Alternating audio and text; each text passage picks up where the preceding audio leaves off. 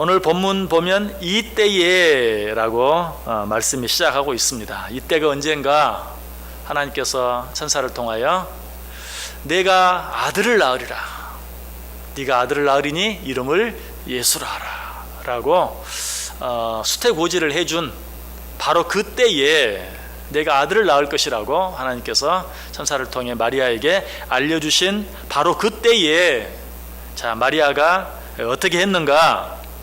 엘리사벳에게 찾아가는 그런 모습을 보게 돼요.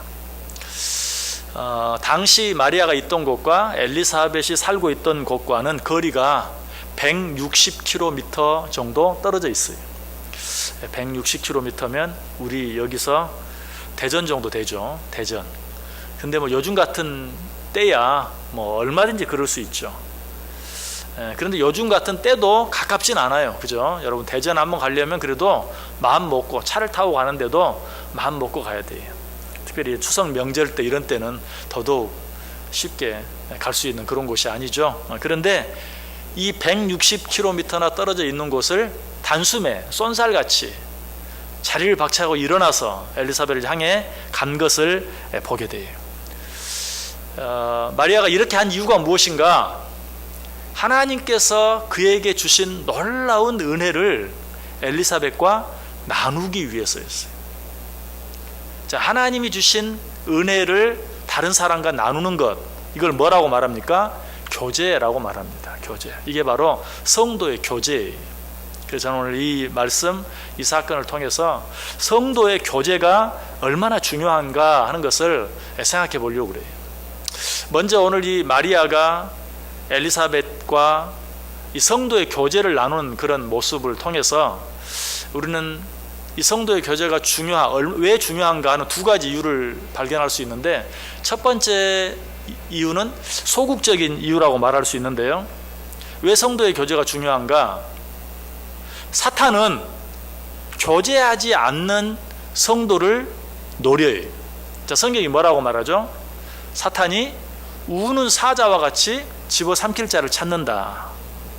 그런데 사자가 어떻게 집어삼킬 자를 찾는가? TV 동물의 왕국 같은 걸 보면, 자, 사자가 어떻게 먹잇감을 고릅니까?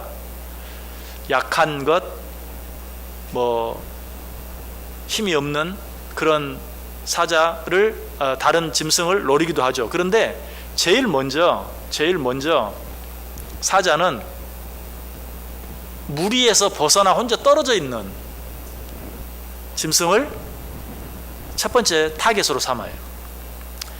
사자가 앞에 수많은 먹잇감들이 있어요. 그런데 자, 멀리서 저 뒤에서 조용히 먹잇감들을 바라봅니다.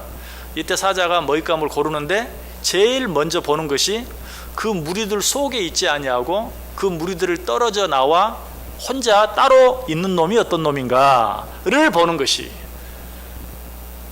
그래서 성경이 악한 사탄 마귀가 우는 사자와 같이 집어삼킬 자를 찾는다는 그 말씀 속에는 바로 그런 의미도 있어요.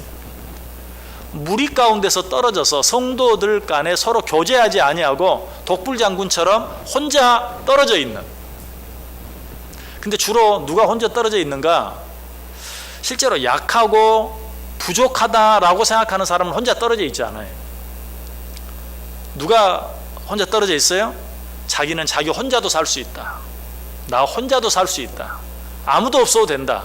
교만한 사람, 스스로를 믿는 사람, 이런 사람이 주로 혼자 떨어져 있는, 또 그런 마음을 갖고 있으면 자기가 혼자 떨어져 있지 않아도 스스로 외톨이가 되고 마는 그런 일들도 보게 돼요. 어쨌든 사탄 마귀는 이처럼 혼자 떨어져 있는, 성도의 교제가 없이 그저 나 혼자 하나님 잘 믿으면 돼 하는 그런 마음 가지고 떨어져 있는 그런 자를 먹이로 삼는다라는 것이.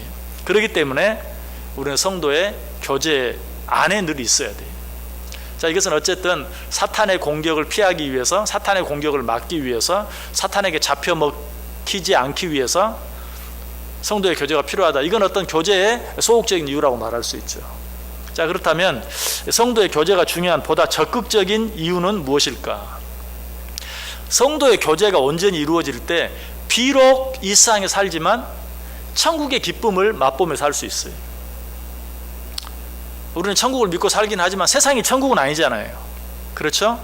그렇지만 성도의 교제를 나눌 때 우리는 수많은 기쁨들을 이 세상에서도 맛보고 누리며 살 수 있어요. 이 세상에 살면서 누구에게나 기쁨이 있죠. 그런데 그 기쁨은 어때요? 굉장히 유한해요. 굉장히 일시적이에요. 또 어떻게 보면 뭐 기쁜 일이 하루에 한 번씩 있나요? 어때요? 기쁜 일이 하루에 한 번씩만 있으면 진짜 그 인생은 복된 인생이죠. 하루에 한 번씩 기쁜 일이라고 말할 만한 일이 하루에 한 번씩 있다? 있을 수도 있지만 없는 경우가 더 많아요. 어떻게 보면 하루 건너 하루 건너 한 번, 그것도 굉장한 것 같아요. 그리고 정확하게 말하면 뭐 기쁜 일이 얼마나 많이 있는지는 몰라도 사람마다 다 다르겠지만 기쁜 일보다 기쁘지 않은 일이 더 많은 게 사실이에요. 즐거운 일보다 힘들고 어려운 일이 훨씬 많아요. 성경이 이야기하잖아요. 이 세상은 수고와 슬픔뿐이라. 죽을 일이 쌓여 있다. 우리가 찬송도 부르잖아요. 참 죽을 일 쌓였구나. 기쁜 일이 있어요. 하지만 그 기쁜 일은 우리가 당하는 슬픈 일, 힘든 일, 어려운 일에 비하면 지극히 적어요. 그런데 어떻게 사도 바울이 말한 것처럼 어떻게 항상 기뻐하며 살 수 있는가? 아니 어떻게 이 세상을 살아가면서 천국을 경험하며 살 수 있는가? 어쩌다가 찾아오는 기쁨? 뭐 하루에 한 번이라 그래도 하루가 얼마나 깁니까? 그 한 번의 기쁨이 뭐 얼마나 오래 갑니까? 자, 하루 걸러 한 번, 아니 사흘에 한 번, 일주일에 한 번. 자, 그 기쁨이 얼마만큼 우리에게 찾아오든지 항상 기뻐하며 살기 위해서는 그 기쁨을 뻥튀기 해야 돼요. 뻥튀기 하지 않고는 날마다 기뻐하며 살 수 없어요. 그런데 그 기쁨을 뻥튀기 할 수 있는 방법이 뭔가? 뻥튀기 아저씨한테 가서 이거 좀 튀겨주세요. 튀어주면 좋은데 절대 그건 안 돼. 어떻게 하면 될까요? 오늘은 내 기쁨으로 인해서 기뻐하고 내일은 여러분 옆에 있는 사람의 기쁨으로 함께 기뻐하고 모레는 또 그 사람 옆에 있는 사람의 기쁨으로 또 같이 기뻐하고 글피는 또 이렇게 기뻐하는 수밖에는 없어요. 나 혼자에게 찾아오는 기쁨은 한계가 있어요. 그런데 내일은 나에게는 기쁜 일이 없지만 뭐 내 남편이, 내 아내가, 내 자녀가, 자, 그 다음은 내 친구가, 내 이웃이 기쁜 일이 있다고 하면 그 일을 함께 나누면서 마치 내 일처럼 기뻐할 때 그때 비로소 우리는 어때요? 매일매일 기뻐하는 삶을 살 수 있어요. 그리고 할 수 있다면 그 기쁨을 30배, 60배, 100배로 뻥튀기를 해야 돼요. 그런 말 있죠. 기쁨은 나누면 배가 되고 슬픔은 나누면 반이 된다. 무조건 나눠야 돼. 기뻐도 나눠야 되고 슬퍼도 나눠야 돼. 나누는 게 뭐예요? 교제예요. 성도의 교제를 통해서 기쁨도 나눠서 배가 되게, 아니 30배, 60배, 100배가 되게, 슬픔도 나눠서 절반이 되게, 아니 그것도 10분의 1, 30분의 1, 60분의 1, 100분의 1이 되게 나눠야 돼. 이게 바로 교제예요. 그래서 우리는 이 교제를 통해서만 항상 기뻐하며 살 수 있고 이 교제를 통해서만 비록 수고와 슬픔뿐인 세상을 살지만 이 수고와 슬픔뿐인 세상에서도 항상 기뻐하면서 감사하면서 천국의 기쁨을 누리면서 살아갈 수 있게 된다는 것이, 오늘 마리아는 그렇게 했어요. 자기에게 주어진 기쁨을 엘리사벳에게 찾아가서 나눔으로 말미암아 그 기쁨이 훨씬 더 커지게 했어요. 자, 40절 41절 보세요.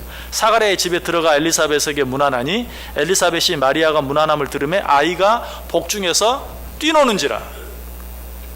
자, 마리아가 엘리사벳에게 문안했어요. 그때 엘리사벳의 복중에 있는 아이 누구죠? 세례 요한. 세례 요한이 태중에서 뛰놀았다. 어쨌든 말 기뻤다, 기뻐했다는 것이죠. 자, 그런데 태중의 아이는 언제 기뻐하죠? 태중의 아이는 언제 기뻐합니까? 엄마가 기뻐할 때. 그렇죠. 엄마가 기뻐할 때. 그렇다면 여기 지금 나와 있지는 않지만 마리아가 엘리사벳을 방문했을 때 누가 먼저 기뻐했다는 거예요? 엘리사벳이 뛸 듯이 기뻐한 거예요. 그 엄마가 뛸 듯이 기뻐하니까 그 태중에 있는 아이까지 뛸 듯이 기뻐하는 거예요. 마리아가 자기에게 주어진 기쁜 소식을 가지고 엘리사벳과 나누었을 때 복중의 아이까지도 기뻐할 정도로 기쁨이 2배, 3배가 되어지는 그런 모습을 보게 돼요. 자, 이렇게 했을 때 마리아의 기쁨은 어떻겠어요? 자기의 어떤 기쁜 일로 인하여 다른 사람이 너무 자기 일처럼 기뻐해 줄 때, 자, 오늘 엘리사벳이 그 마리아의 잉태 소식을 자기 일처럼 기뻐했다는 것을 어떻게 알 수 있어요? 태중의 아이가 기뻐한 것을 통해 알 수 있어요. 여러분 가끔 인사를 하는데 아유 너무 좋겠네 그러면서도 속으로는 기뻐하지 않아. 배 아파해. 그러면 어때요? 다른 사람은 몰라도 태중의 아이는 알까요? 모를까요? 다 몰라도 태중의 아이는 알아요. 그래서 거짓말로 기뻐하고 거짓말로 이렇게 하는 거를 태중의 아이는 알아. 근데 지금 마리아가 잉태의 소식을 얘기했을 때 엘리사벳이 진정으로 기뻐했다는 걸 어떻게 알 수 있는가? 태중의 아이가 기뻐했잖아요. 그 엄마가 진정으로 기뻐하지 않으면 태중의 아이는 절대 기뻐하지 않아요. 자, 자기의 기쁨을 다른 사람이 자기 자신의 기쁨처럼 기뻐해 줄 때 내 기쁨은 어때요? 진짜 2배가, 3배가 되죠. 자기 혼자 앉아서 기뻐하고 있었으면 그냥 그 기쁨 그것뿐이었을 거예요. 그리고 실제로 하나님께서 천사를 통해서 수태고지를 해줬을 때 마리아에게 무슨 큰 변화가 일어난 건 하나도 없어요. 성경에 나와 있지 않아요. 그런데 그 일이 엘리사벳에게 찾아와서 함께 나누었을 때 엘리사벳도 기뻐하고 태중의 아이까지 기뻐하는 놀라운 일이 일어난 것을 보게 되죠. 이게 바로 교제의 힘이다. 그러므로 우리는 우리 가운데 어떤 좋은 일, 기쁜 일이 있을 때 늘 다른 사람들과 함께 나누는, 그렇게 할 때 기쁨이 배가 되어진다. 자, 그런데 이 말씀을 들으면서 여러분들이 그냥 마음속으로 저절로 아멘 해지면 좋은데 혹 그렇지 않다면 이유가 뭡니까? 내 기쁨을 다른 사람이 나눴을 때 정말 그 기쁨이 배가 될까?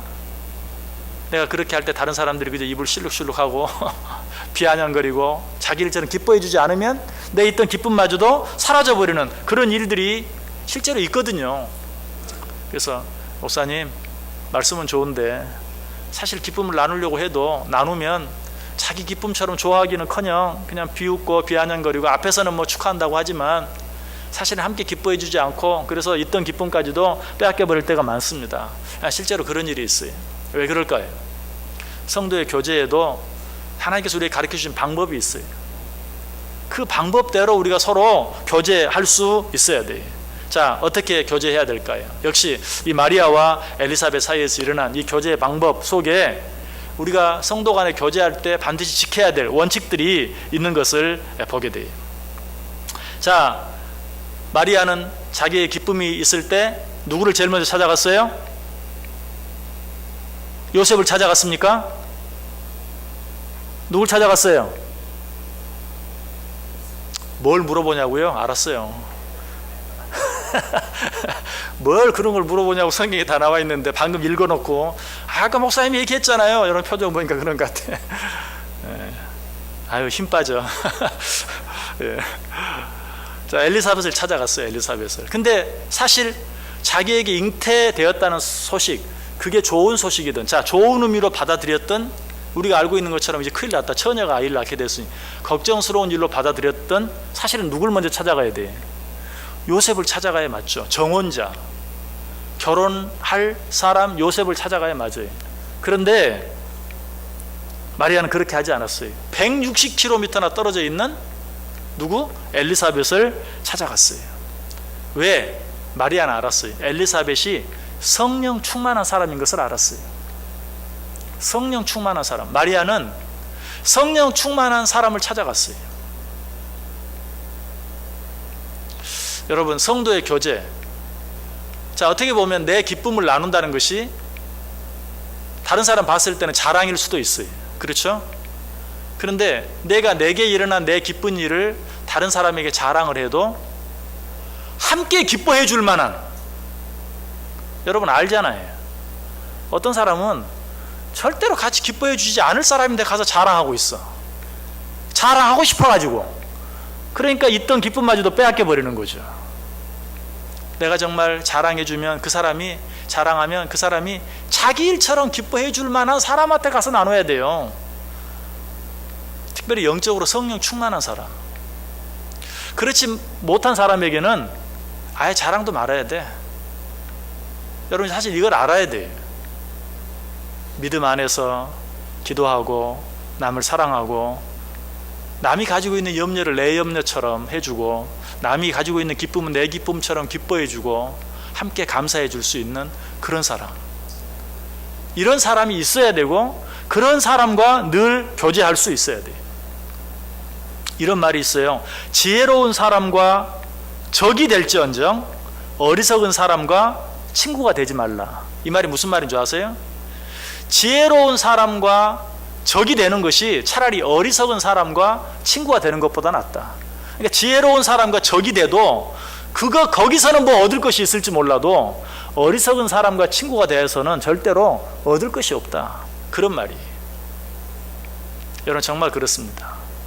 성령 충만한 사람을 통해서는 우리가 많은 것을 얻을 수 있지만 그렇지 못한 사람에게서는 정말 얻을 것이 없어요. 자, 그렇다고 믿음을 갖지 않은 사람이나 믿음이 부족한 사람, 그러니까는 전혀 옆에 가지도 말고 사귀지도 말고 하라는 말인가? 그럴 수는 없죠. 그럼 어떻게 해야 됩니까? 적어도 정말 성령 충만해서 내게 유익이 될 수 있는 사람과 내가 2번 교제하고, 그리고 나보다 믿음이 연약한 사람과 1번 교제하고, 교제의 대상과 교제의 비율을 지혜롭게 해야 돼요. 여러분 이건 할 수 없어요. 내가 믿지 않는 사람과 어떻게 교제해야 되나요? 만나야죠. 그래야 전도도 하고 그리스도인으로서 빛과 소금의 역할도 감당하고 할 수 있죠. 만나지 않고 어떻게 그렇게 할 수 있습니까? 그런데 믿지 않는 사람과 교제하기 위해서는 믿는 사람과 10번 교제하고 믿지 않는 사람과 1번 교제할 수 있어야 돼요. 어떤 사람은 믿는다고 하면서도 믿는 사람은 주일날 교회에서만 만나고 일주일 내내 믿지 않는 사람만 만나고 등산도 믿지 않는 사람하고 가고 뭐 놀러도 믿지 않는 사람하고 가고 밥도 믿지 않는 사람하고 먹고 이런 사람이 있어요. 이게 잘못된 거예요. 그러면서 하는 말이 그래야 전도하죠. 그런 사람이 전도하는 거 봤어요? 전도도 못해요. 오히려 자기만 좋지 않은 영향들 잔뜩 받아와가지고 늘 부정적인 말하고 자기 믿음에 손해보고, 믿음이 약하고 부족한 사람들도 만나야 돼요. 그런 사람과 교제해야 돼요. 그러나 그러기 위해서 믿는 사람들, 특별히 나보다 믿음이 더 좋은 사람들, 그런 사람들과 2번, 3번, 4번 만나고 믿지 않는 사람이나 나보다 믿음이 약한 사람과 1번, 2번 만날 수 있어야 돼요. 이 지혜예요. 인간적인 말로 기를 뺏긴다는 말을 많이 하는데요. 여러분 성령도 그렇습니다. 성령이 약한 사람과 늘 같이 있으면 내 성령을 뺏겨요. 성령이 충만한 사람과 있으면 어때요? 그 성령이 내게 덧입어져요. 요즘 전화기 갖고 다니면서 전화기 배터리가 약하면 어때요? 보조 배터리 가지고 다니죠. 보조 배터리도 아무나 꽂고 아무 때나 꽂으면 안 돼. 전화기에 배터리가 더 많은데 보조 배터리에 배터리가 더 적으면 전화기에 있는 배터리가 보조 배터리로 뺏기는 거예요. 언제 그걸 붙여야 돼요? 보조 배터리가 빵빵하고 내 전화기 배터리는 약할 때, 그래야 꽂아야 보조 배터리 있는 배터리가 내 전화기로 오는 거죠. 마찬가지 우리는 늘 성령 충만한 사람들과 교제하기를 힘쓸 수 있어야 돼요. 늘 그런 사람들과 함께 있기 위해서 애쓸 수 있어야 돼요. 사도 바울도 그렇게 했어요. 갈라디아 2장 9절에 보니까 또 기둥같이 여기는 야고보와 게바와 요한도 내게 주신 은혜를 알므로 나와 바나바에게 친교의 악수를 하였으니 우리는 이방인에게로 그들은 할례자에게로 가게 하려 함이라. 야고보와 게바와 요한도 나아가서 복음을 전하기 위해서 먼저 누구에게? 바울과 바나바에게 와서 친교의 악수를 했다. 교제를 나누었다. 그리고 나서 사람들을 향해 나아갔다. 왜? 우리가 받은 은혜가 얼마나 큰가를 알기 때문에 그들도 나아가서 그 은혜를 전하기 전에 먼저 우리에게 와서 우리와 교제하고 그리고 다른 사람에게로 나아갔다라고 얘기했어요. 마리아는 이런 교제의 비밀을 알았어요. 그래서 먼저 요셉에게 가지 않았어요. 요셉은 어떤 사람이었습니까? 마리아가 잉태되었다는 사실을 알고 어때요? 가만히 끊으려고 했던 사람이에요. 아유, 이제 지금까지 있었던 일 다 없던 일로 하자라고 하려고 했던, 영적인 것들을 전혀 분별할 수 없는 그런 사람이었어요. 만약에 마리아가 엘리사벳에게 먼저 가지 않고 요셉에게 갔다면 아마 진짜 가만히 끊는 그런 일이 일어나고 말았을지도 몰라요. 마리아는 그걸 알았어요. 그래서 가까이 있는 요셉에게 가지 않고 멀리 있는, 그렇지만 성령 충만함 엘리사벳에게 가서 그 성령 충만함이 더 커지게 한 후에, 그리고 나서 요셉을 만나죠. 그러자 어때요? 처음에는 가만히 끊고자 했지만 그러나 그 요셉도 그 마리아 안에 있는 성령 충만함에 감동되어져서 이제 그도 마리아를 받아들이는 그러한 역사가 일어나는 것을 보게 돼요. 여러분, 나보다 믿음이 약한 사람과 믿지 않는 사람에게 영향력을 미친다는 것, 그 사람을 변화시킨다는 것 쉬운 게 아니에요. 내가 성령 충만해야 되고, 성령 충만한 다른 사람과 믿음 안에서 늘 아름다운 교제가 있어야 되고, 정말 그 사람들이 성경이 말한 것처럼 두 사람이 모여서 함께 기도하기를 힘쓸 때 비로소 나보다 믿음이 약하고 믿음이 없는 사람들에게 영향력을 행사하고 빛과 소금의 역할을 감당할 수 있게 된다는 사실이.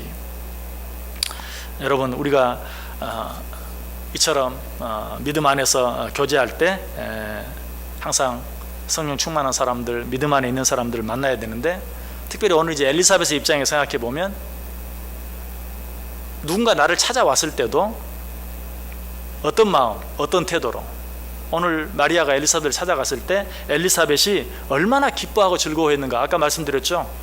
엘리사벳이 얼마나 기뻐하고 즐거워했는가 하는 것은 그 태중에 있는 아이가 기뻐하고 즐거워하는 모습을 통해서 알 수 있다.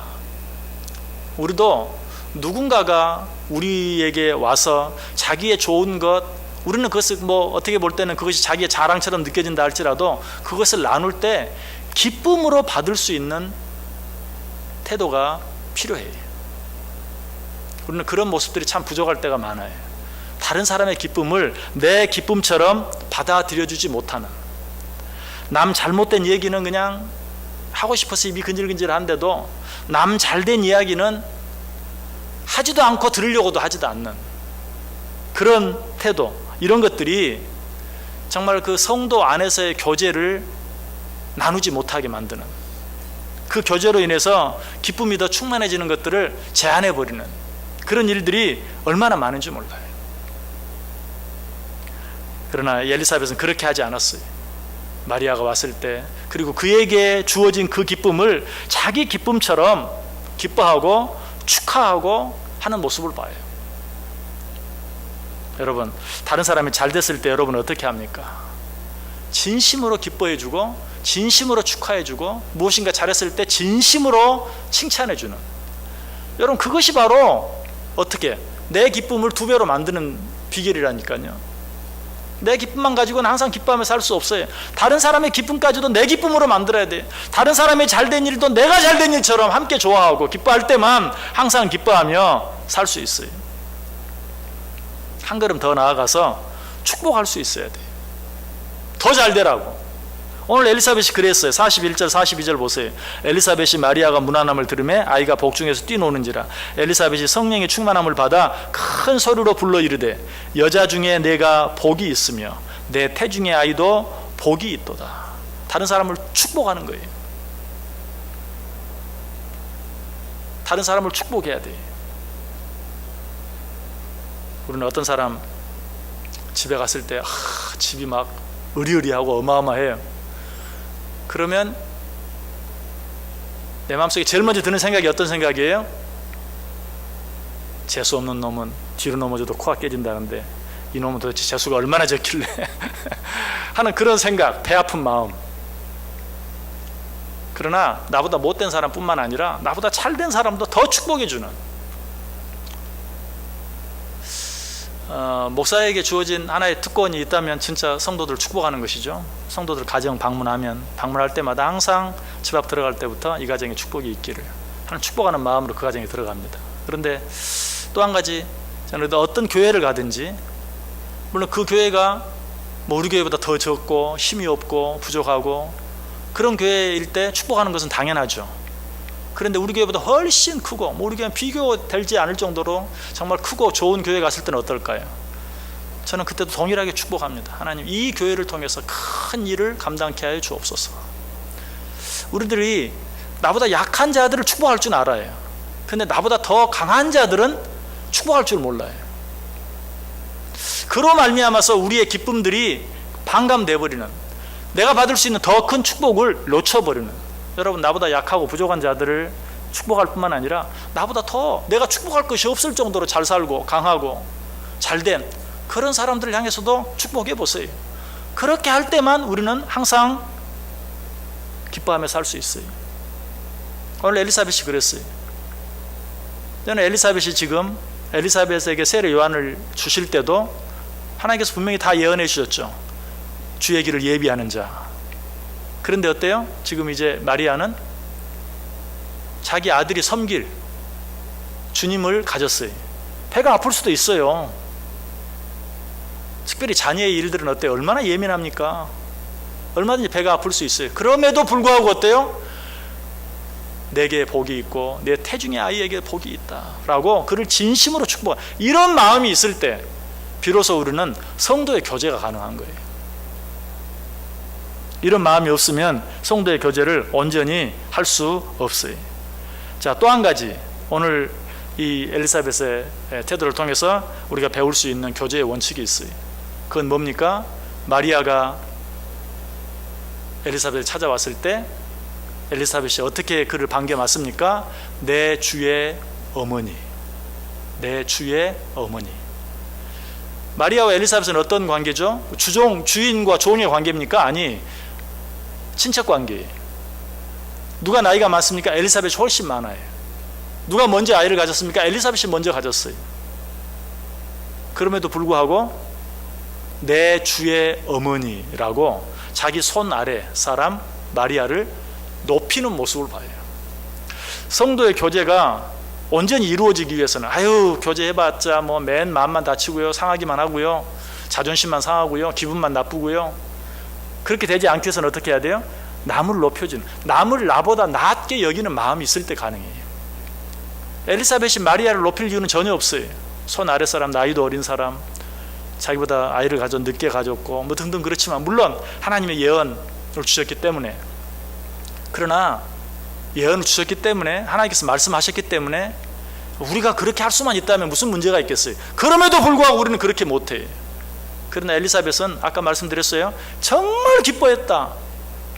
태중의 아이도 함께 기뻐할 만큼 정말 기뻐하고, 그리고 자기를 찾아온 마리아를 내 주의 어머니라고 높일 줄 아는, 남을 나보다 낮게 여길 줄 아는 그런 마음. 이런 마음이 있으면 정말 교제를 하면 할수록 성령이 충만해지고, 교제를 하면 할수록 기쁨이 더 충만해진다는 사실이에요. 그런데 남을 낮게 여긴다는 그 마음도 무엇 때문에 저 사람을 나보다 낮게 여기는가? 자, 지금 엘리사벳이 마리아를 자기보다 더 낮게 여기면서 내 주의 어머니라고 높일 수 있었던 이유가 무엇입니까? 누구 때문에? 그 마리아 안에 있는 예수 그리스도 때문에. 자, 우리는 다른 사람을 어떻게 높여줘야 돼요? 왜 높여줘야 돼요? 뭐 그 사람이 가지고 있는 지위, 그 사람이 가지고 있는 물질, 그 사람이 가지고 있는 어떤 권력, 그 사람이 가지고 있는 어떤 배경, 그런 게 아니라 그 안에 있는 누구 때문에? 누구 때문에? 예수 그리스도. 자, 우리 주위에 있는 모든 성도들 어때요? 그 안에 누가 계세요? 예수 그리스도가 계세요. 예수 그리스도가 있는 자들은 어떤 자들이에요? 존귀한 자들이, 하나님의 자녀들이, 하늘나라 백성들이. 그런 마음으로 그 사람을 높이는 거예요. 나보다 지위도 낮고, 나보다 가진 것도 없고, 나보다 배우지도 못했고, 나보다 나이도 적고, 그런 걸로 따지는 것이 아니라 그 안에 있는 예수 그리스도, 예수 그리스도가 계신 자이기 때문에 내가 존귀히 여기고 나보다 낮게 여길 줄 아는 그런 마음, 바로 그런 마음으로 상대를 대할 때 성도의 교제가 온전히 이루어지고, 그 교제를 통해서 우리는 그 사람의 기쁨을 내 기쁨으로, 내 기쁨이 그 사람의 기쁨으로, 기쁨이 30배, 60배, 100배가 되어지는 그런 은혜를 체험하게 된다는 사실이에요. 고린도후서 4장 7절에 말해요. 우리가 이 보배를 질그릇에 가졌으니 이는 심히 큰 능력은 하나님께 있고 우리에게 있지 아니함을 알게 하려 함이라. 우리는 질그릇과 같지만 그 안에 뭐가 있어요? 보배가 있어요. 예수 그리스도가 있어요. 여러분, 어떤 정말 허름한 금이 가고 알탱이가 깨진 그런 어떤 항아리가 있다고 생각해 보세요. 그러나 그 안에 다이아몬드가 들어있다면 그 항아리를 얼마나 귀하게 여기겠어요. 성경을 통해서도 우리는 알게 되잖아요. 밭 가운데 발견된 항아리 안에 온갖 보화가 가득 찬 것을 알게 되었을 때 집에 가서 모든 것을 팔아서 그 밭을 사버리는, 우리가 성도들을 대할 때 이런 마음, 그 안에 있는 예수 그리스도로 말미암아서 그를 존귀히 여기고 나를 나보다 낫게 여기는 그런 마음으로 모든 사람들을 대할 수 있어야 한다는 사실이에요. 성도의 교제가 또 왜 중요한가? 성도의 교제는 곧 하나님과의 교제예요. 예수님이 분명히 말하죠. 지극히 작은 자 하나에게 한 것이 곧 나에게 한 것이다. 지극히 작은 자 하나에게 하지 아니한 것이 곧 나에게 하지 아니한 것이다. 내 주위에 있는 자들과 정말 그를 존귀히 여기면서 귀하게 여기면서 사랑하는 마음으로 축복하면서 칭찬하면서 격려하면서 교제한 것이 어때요? 우리 주님과 교제한 것이. 그렇게 하지 아니하면 주님과 교제하지 않은 것이. 여러분, 하나님께서 우리에게 기쁨을 주시는데, 하나님께서 우리에게 축복을 주시는데 내 옆에 있는 성도들을 사용한다는 사실을 기억하시길 바랍니다. 여러분 옆에 있는 분들 축복의 통로예요. 하나님은 여러분 옆에 있는 분들을 통해서 기쁨을 주시고 축복을 주시는 거예요. 그러니까 그저 나 혼자만 알고 살면 그 옆 사람을 통해서 내게 주시길 원하시는 그 기쁨과 그 축복을 누릴 수가 없어요. 옆 사람 한번 보시면서 당신은 축복의 통로입니다. 네. 이혜영 권사님은 옆에 박승욱 장로님은 내버려 두고 앞에 뒤에만 하세요. 네. 다시 한번 해보겠습니다. 당신은 축복의 통로입니다. 네. 여러분 이 사실 꼭 기억하시길 바랍니다. 옆에 있는 분들이 축복의 통로예요. 그래서 그 사람들과 진심으로 사랑하는 마음, 칭찬하는 마음, 축복하는 마음, 이런 마음으로 그 사람들과 교제할 때 그 사람으로 말미암아서 내 기쁨이 30배, 60배, 100배가 되고 하나님께서 내게 주는 축복이 30배, 60배, 100배가 되어져요. 저 여러분 속에 이런 놀라운 교제가 있음으로 말미암아 정말 항상 기뻐할 수 있는, 비록 수고와 슬픔뿐인 세상 살지만 성도의 교제들을 통해서 그 천국에서나 맛볼 수 있는 그런 기쁨을 날마다 맛보면서 누리면서 살아갈 수 있게 되기를 주님의 이름으로 간절히 축복합니다.